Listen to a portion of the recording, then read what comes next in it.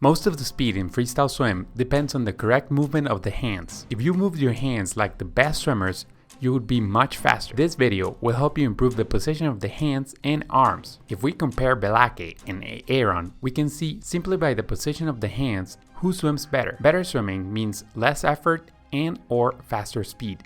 To swim faster, your hands must cause resistance in the water. We call this support. Up to this point, the explanation sounds logical and straightforward. Aaron understands it. The hands must cause resistance. Aaron is intelligent and senses that the resistance must be generated on the palm of the hand in order to move forward.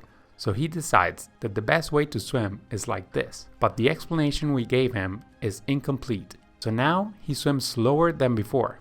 By the way, his name is Aaron, not Aaron. He is tired of reading your comments trying to change his name, so he brought his birth certificate. The hands are not the only part of the arms that generate support in the water. The forearms are also very important for the speed. Knowing that, Aaron goes back to his previous technique. It is a very common way of swimming, but it is not fast or efficient. The explanation has to do with the type of lever we make when swimming. The further the resistance is from the fulcrum, the more difficult the movement will be. If you want to experience this firsthand, try to do a pull-up without bending your elbows. Just by looking at it, you know that it is easier to bend your elbows to pull up.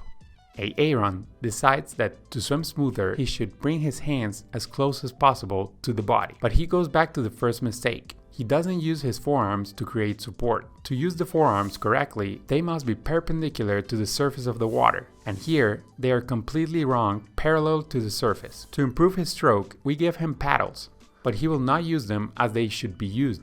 For this exercise, he grabs them with the fingers so that they are covering the wrists. By swimming like this, he will feel the importance of using the forearms for support. Aaron has only been swimming for 2 months. He has improved his horizontal balance, tolerance to excess CO2, leg position and movement, and the rotation of the hips and shoulders. He can swim 100 meters without stopping, but his goal of 3.8 kilometers still seems impossible. One of the biggest areas of improvement to not get tired is the correct breathing rhythm. Aaron will be able to swim 3.8 kilometers easily with the lesson he has yet to learn. But at this point, he has lost all motivation. He doesn't want to continue. He says that his goal is very far and that he has no purpose. To find his purpose, we ask him what annoys him the most about the process. He says that at first, progress could be seen very easily day by day. Now, he doesn't know if he's making progress. He is also bothered by comments from people making fun of his name. With that information, we can build him a new perspective. We ask him to swim 25 meters and count his strokes. At the beginning of this series of videos, he was doing a total of 45 strokes for every 25 meters. Now,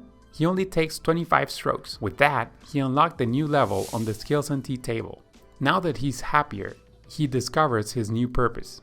Complete the Ironman and defend the honor of all the people with an unusual name. By bending his elbows and using his forearms for support, Aaron improved a lot. His stroke still has a lot of room for improvement, but the most urgent thing to teach him is the correct breathing rhythm. To learn the correct rhythm of the breath, click here. If it's not available yet, click here.